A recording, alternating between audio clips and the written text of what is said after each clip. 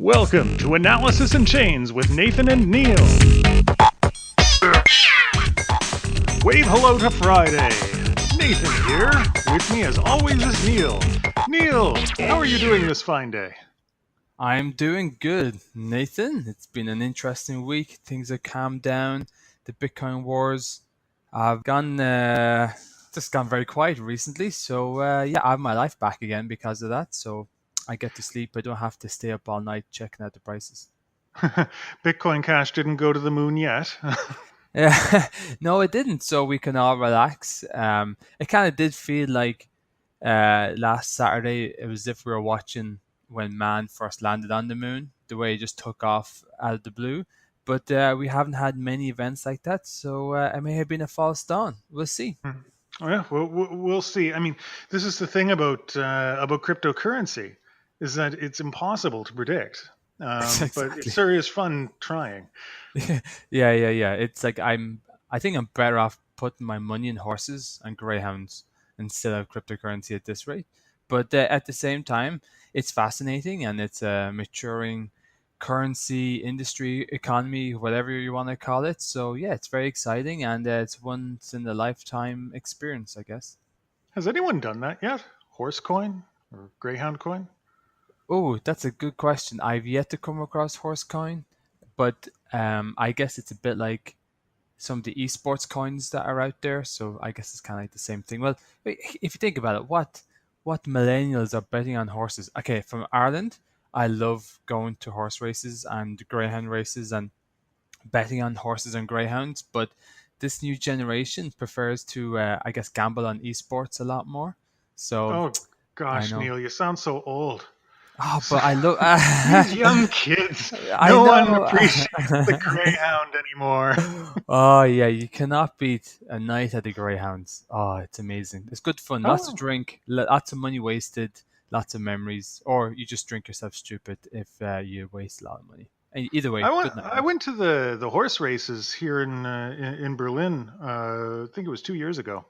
It was a lot of fun. It's sort of like going to a picnic and having a nice day at the park, and then every so often, this Picnic. thunderous of horses would go by, and then Oh, you go back there. to your nice Sunday afternoon I'm picnic. pretty sure we just lost any Irish listeners we had after you called going to the horse racing like a picnic. Oh my God, Nathan. Okay, Really? Well, whenever you go I'm to sure Ireland, German horse races are a little bit different than the Irish horse races. oh, you It's like haven't lived. You much more haven't lived. prim and proper. You get your sun umbrella there. Everyone, Oh, Nathan, you've not lived until I've taken you horse racing in Ireland. It's a fantastic day out, and there are no picnics. Trust me. well, I would. I'm definitely down for that, Neil. Let's do it sometime. I could imagine back to our crypto, uh, doing sort of a horse ownership coin, Yeah, like people doing an ICO based on a horse ownership, and yeah, then the value just being based on how often it wins and how valuable the horse is. yeah, Nathan. I think we should just quit whatever we're doing and do that. That is like I think the best use of an ICO token, horse coin. Because if I could buy so many shares in a horse and it's available in the free market, that's incredible. That's it. I think we're going to be millionaires now. And that's actually not the worst use case for tokens that I've heard. I think it's brilliant. I wouldn't All call it right. the worst. I think it's brilliant. It's like I often well, one idea I heard about is that your house equity is available like through crypto, and just say you're paying off your mortgage by buying crypto, and just say the whole market's crashed. Well, then you can buy your mortgage cheaper. But then obviously when demand is high, it's more expensive to buy the equity in your home. So I guess the same would apply to a horse, is that all Yeah. of the tokens are on the market, and when he has a good race, everyone's like, "Wow, okay, we need some equity in this horse because he's doing so well," and I think a lot of people would want a piece of this because you're kind of like monitoring his results and seeing how he's doing, and if you end up owning a certain percentage of the horse, it would mean that you're entitled to that percentage of the winnings as well whenever he does do well. So I think that is definitely the future. Yeah. As I Well, said, you know what we could call it? What? Hippocoin, Hip? like What? hippodrome. Oh, Well, you go to the hippodrome, right, for to watch the horse races. So it's called the Hippocoin. oh, Nathan, Nathan, It's Nathan. not the worst. Oh, come on. Okay, maybe just a We misstatement there. have no hippodromes in Ireland, I'm afraid. Yeah, I think I think the horse racing you're talking about is very different to the Irish horse racing, and it's a life changing They don't have experience. a hippodrome. What do you just race the horses in like the sidewalk, We or have like a you walk stadium, out on the okay? street and people Yeah, are like well, we have like a proper stadium, and it's in grass, and it's not with these weird, Are you talking about the horse racing with the with it's like a trailer, and the guys sit in the trailer and no, they no, race? no, not a trotting race. No, no, no, just Oh. regular horse race with jockeys and stuff. Oh yeah. Anyway, we don't have hippodromes. We have more cooler things than that. So just so you know, I'm kind of boosting Irish Okay, tourism well, here. I would you'll like to have to think. educate me. I don't know what I don't know about you Irish horse racers. Anyway, but Uh, I'm gonna after this show, I'm gonna fly back home and pitch the idea. HorseCoin. There you go. well, maybe well, if any of our listeners know of a good Irish horse racing company that wants to partner up with Neil and I, then maybe maybe Yeah. that's our new future. We'll do that. Another, I mean, I don't want to derail too far, but one other thing that I've considered and talked about, I would love to see something where you buy part of an airplane Yes. and Yes. tokenize airplane. I mean, can you imagine you have an airline where the seats, the standby flight seats, are all tokenized, and so obviously the ones at certain times of the year would be more valuable or less valuable, but you could easily do timeshares on an airplane using this sort of Are thing, you talking and about that way. a commercial one or a private one? Oh, commercial. Imagine you buy like a $70 million airplane with tokens. Can you imagine starting an airline without giving up a single bit of equity, but just pre-selling flight seats or something like that? I think it'll be more interesting if it were to be a private jet, because the thing about private jets is that you would have two pilots and the crew would kind of own the jet, and they would sell the tokens on the market. And the thing is, you would have all these businessmen around the world who need a jet for whatever reason, and instead of signing up to a leasing company and they're paying fees, so whenever they're not in the air, they're kind of wasting money. But it means that okay, they're thinking, okay, we are in Johannesburg, we need to fly to London.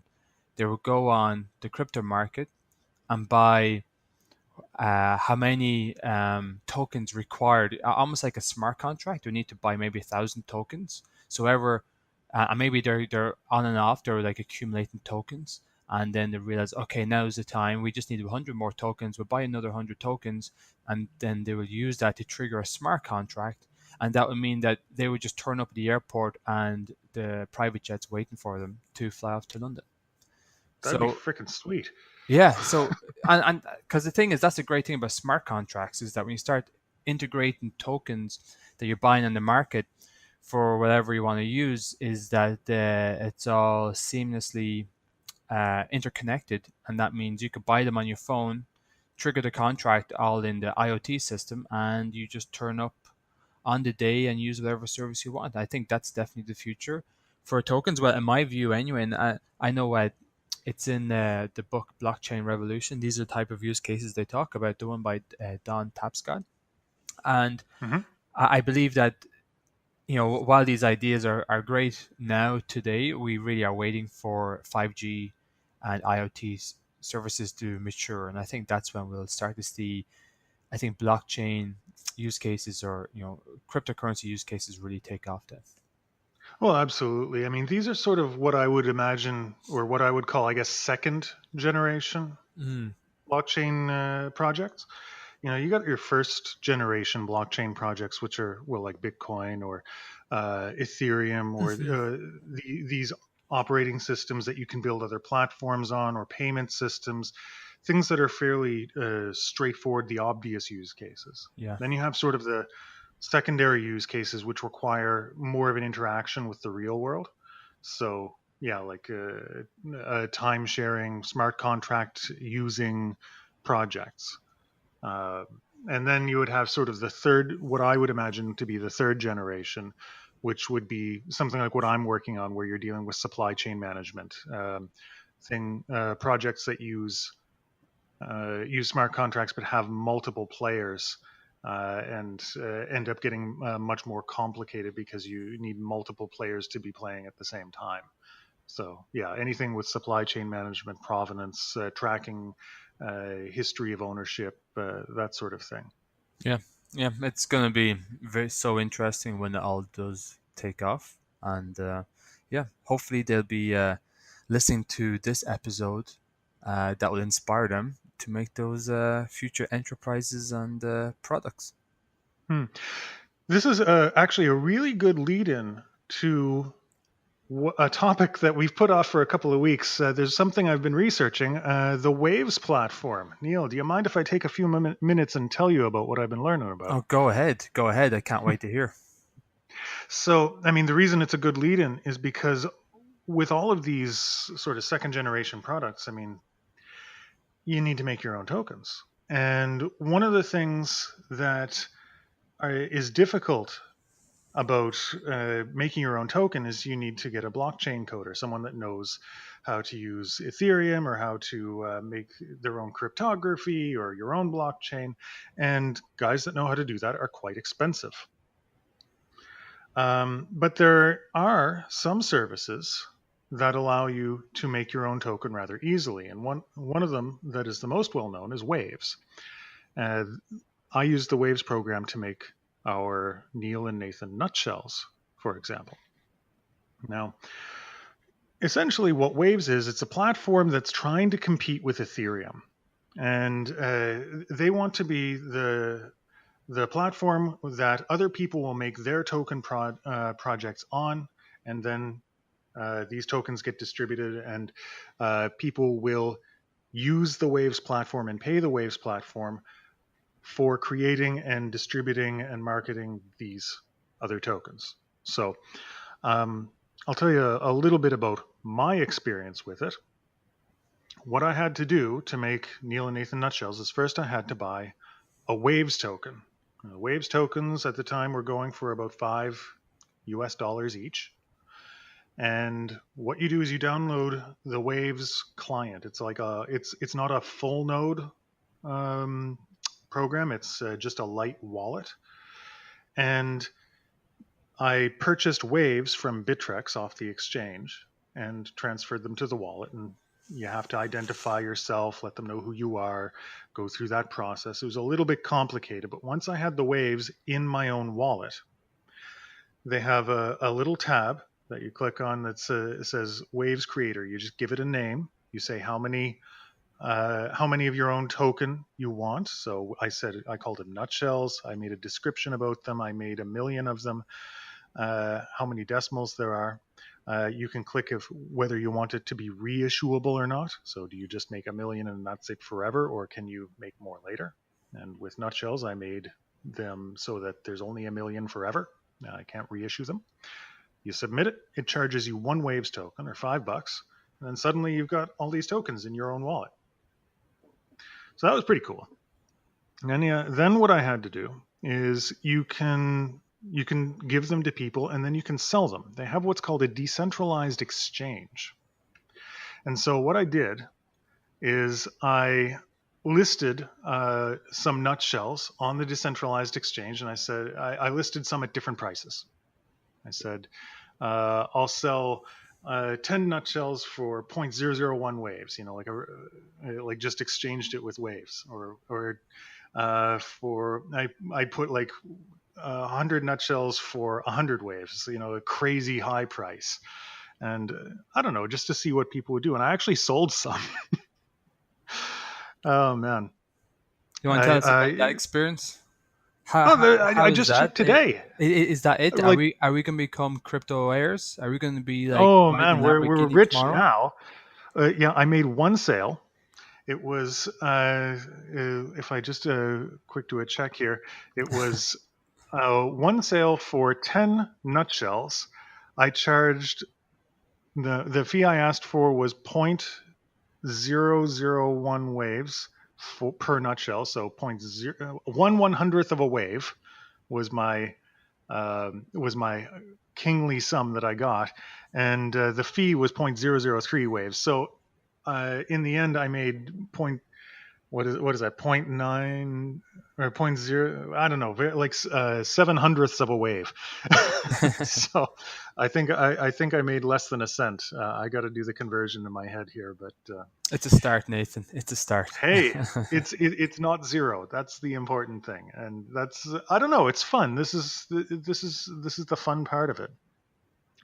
I've got my own currency now, and this is what you can do. So, Nathan, one thing that I was thinking of whenever looking to Waves is that it's very rich in features, and it really does sound very advanced compared to most other cryptocurrencies and blockchains out there. But why is it that is not taken off? Now, just from your own opinion, I don't know if you came across this, but why is it that it's not up there with Ethereum or Neo? Are you talking specifically about the price, like the waves price? Like, Well, we'll tie it into two things: price and popularity. In other words, like, why are we not hearing enough? Like, I would hear about waves every so often, more because people are making tokens just like us. Obviously, it's a very popular place to go to do those type of things. But I'm surprised we don't hear about enough. For the one thing we did hear about, and this was a few months ago, was about Deloitte working in partnership with them to better understand ICOs and maybe look at regulation and stuff like this.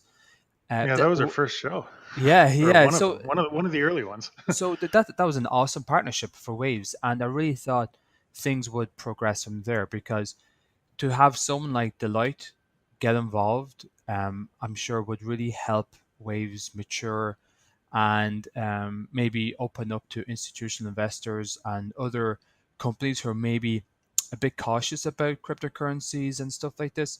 But we didn't really hear much happen after that. So, has there been any major developments? I think as far as the waves price is concerned, I don't think we're going to be seeing it break out into sort of a Bitcoin-esque 5,000, 7,000 per token price. And one of the reasons is that the token has a specific use, and the use of the token is to create more tokens, and to transact on the Waves network. So um, it actually, in order to keep the price of using the network sort of normal, the price of Waves can't go through the roof, and it is a proof of stake system. So it's not being mined in the same way that Bitcoin or Ethereum are. It's being staked, and the Waves Foundation will end up getting part of that because they're staking a lot of the full nodes, and then they can sell those Waves tokens to get money to run the operation. And then when you're transferring tokens on the Waves network, like if I send nutshells to you, then I have to pay a certain amount of Waves tokens. And so I think um, I think one of the differences between this and say Bitcoin is that you don't have this sort of minor class of people that make most of their profit on selling, on gaining tokens and then selling them and having the price go through the roof to the moon. This is more of like an operating system platform, I think. It doesn't mean that waves won't go up in price, but it's not as volatile, I don't think. I think you just made a very interesting point, is that we're kind of used to proof of work mined currency behaving in a certain way. And in the era of proof of stake, it's hard to know how that price will evolve over time because it's a different dynamic. Like we Yeah. all stake a certain percentage theoretically, and we would get in return a certain amount back.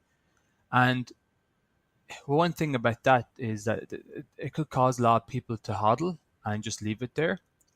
And but the thing about that is that you could have the rich get richer and the poor get poorer, if you want to use that type of analogy.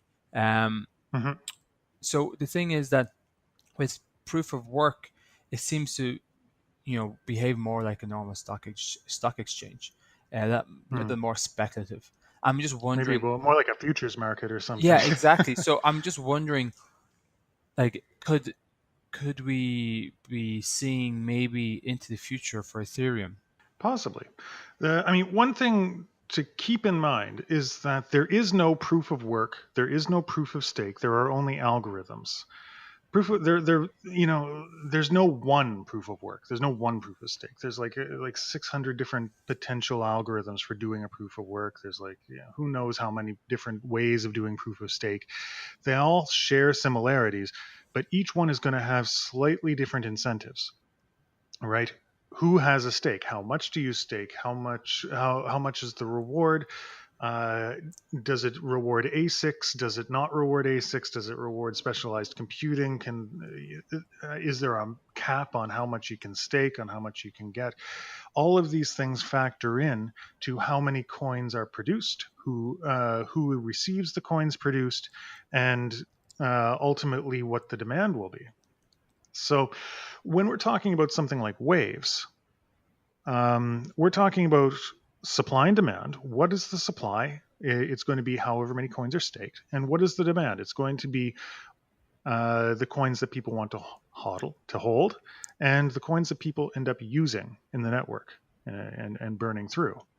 And so the more people want to create their own tokens, the more coins will be used. The more people transfer tokens between each other or list on the decentralized exchange, the more waves tokens will be used. And so obviously with adoption, demand will increase. And then uh, I'm not sure actually what the rate is of staking, but I think because you have more sort of a balance dynamic there um, between the actual use of the waves, there's less incentive to sort of hold on to them and more incentive to try and use them to make your own thing.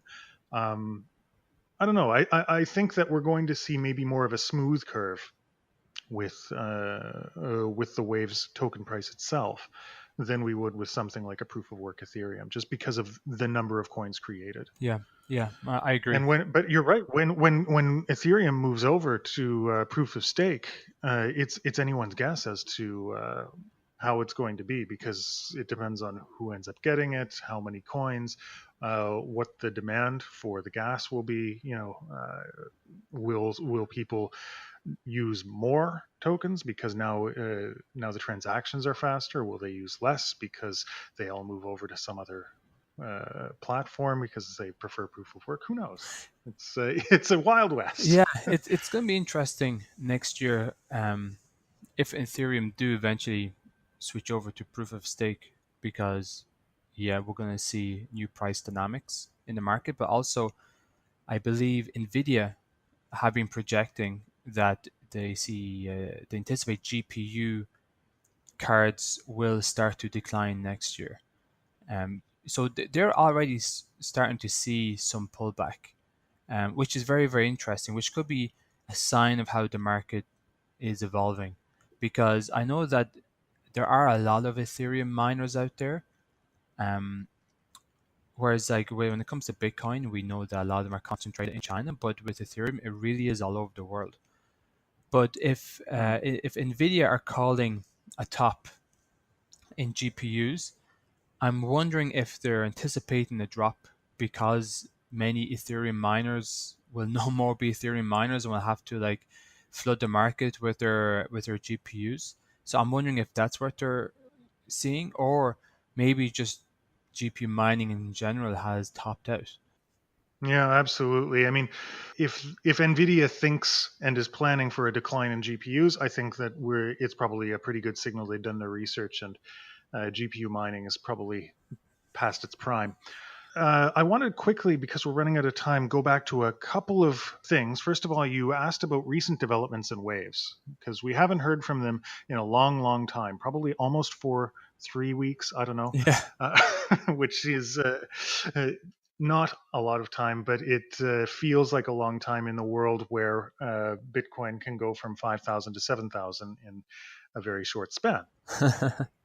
So One thing I did talk to a couple people at Waves, and one thing that they are working on and rolling out is sort of a next generation platform. So the next generation technology that they're currently testing um, basically breaks up the blocks into micro blocks, sort of like three different blocks, so that um, they're constantly forming new smaller blocks. And what that does is it allows for faster transaction processing. So with the next generation platform, they're going to go over. I think it's something like 160 transactions a second, which Wow. is huge because I mean, right now, Ethereum, Bitcoin, they're looking at about 7, 8 transactions a second max. Bitcoin went through the floor when the miners left. I think I've heard people saying their transactions were taking over an hour or 2 hours. Like, I'm not sure what it is now. I haven't tried, but it's significant. And the other thing that I heard in the rumor mill is that Waves really does want to compete with Ethereum. And although right now, if you have a full node, you can do some smart contract stuff with Waves. What they're bringing out is Turing complete smart contracts. So, like at the beginning of next year, that you'll be able to program on them similarly to the way you can program on Ethereum now using Solidity. So they want to be able to really customize your own personal tokens that you can make easily. And I think that'll put them really ahead of the pack. Yeah, we'll see. It's going to be exciting. All this innovation is great for the crypto sphere or crypto land, or whatever you want to call it. Oh, absolutely. Okay, Neil. Well, here we're going to leave off with a bit of a bit of a treat. I was in Malta, as you know, last week, and I did have the chance to talk with the representative of the Maltese government's innovation hub, and I talked with Alexander Borg, who's heading up and managing their innovation hub there. So I'll play that for you, and we can end off.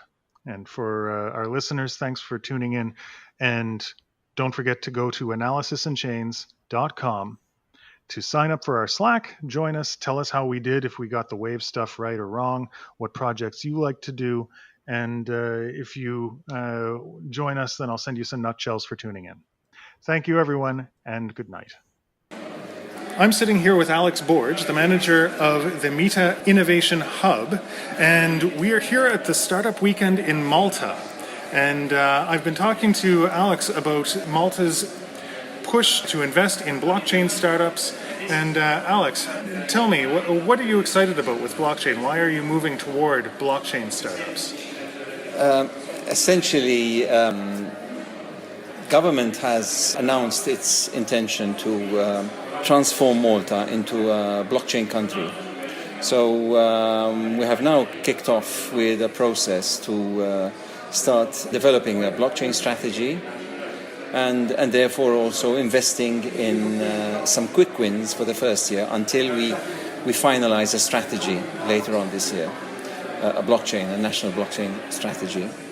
The idea is basically to use our accelerator, the You Started program, which is now into its third edition. The third edition is about to start, which basically will be used as a model to start, attracting the first startups with an idea based on blockchain.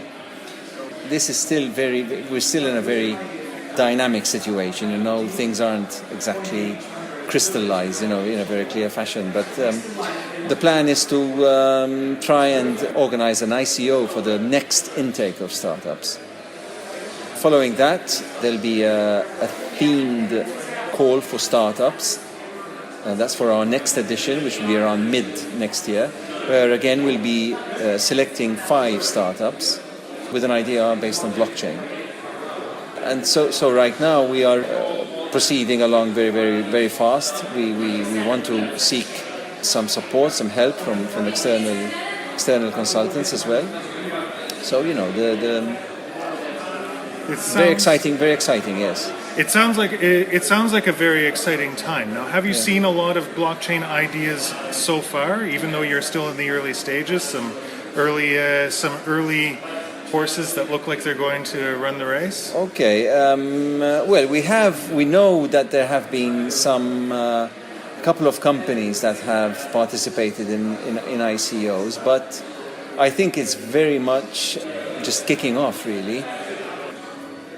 There was something important which I wanted to say is that we would like to start focusing on regulating blockchain. So that would be a way of replicating Malta's earlier success story with the online gambling. Malta was the first, or one of the first, EU member states to regulate online gambling. So perhaps again we might be successful to do the same thing also for blockchain. So it's all very, very dynamic right now. I could imagine Malta, the ICO destination point. I wish you the best of luck, and I hope it goes very well. Thank you for taking the time with me. Okay. That's our show. Thanks for tuning in to Analysis in Chains with Nathan and Neal. Check us out at analysisinchains.com, on iTunes, Podbean, and wherever else you listen to podcasts. Until next time, keep hashing.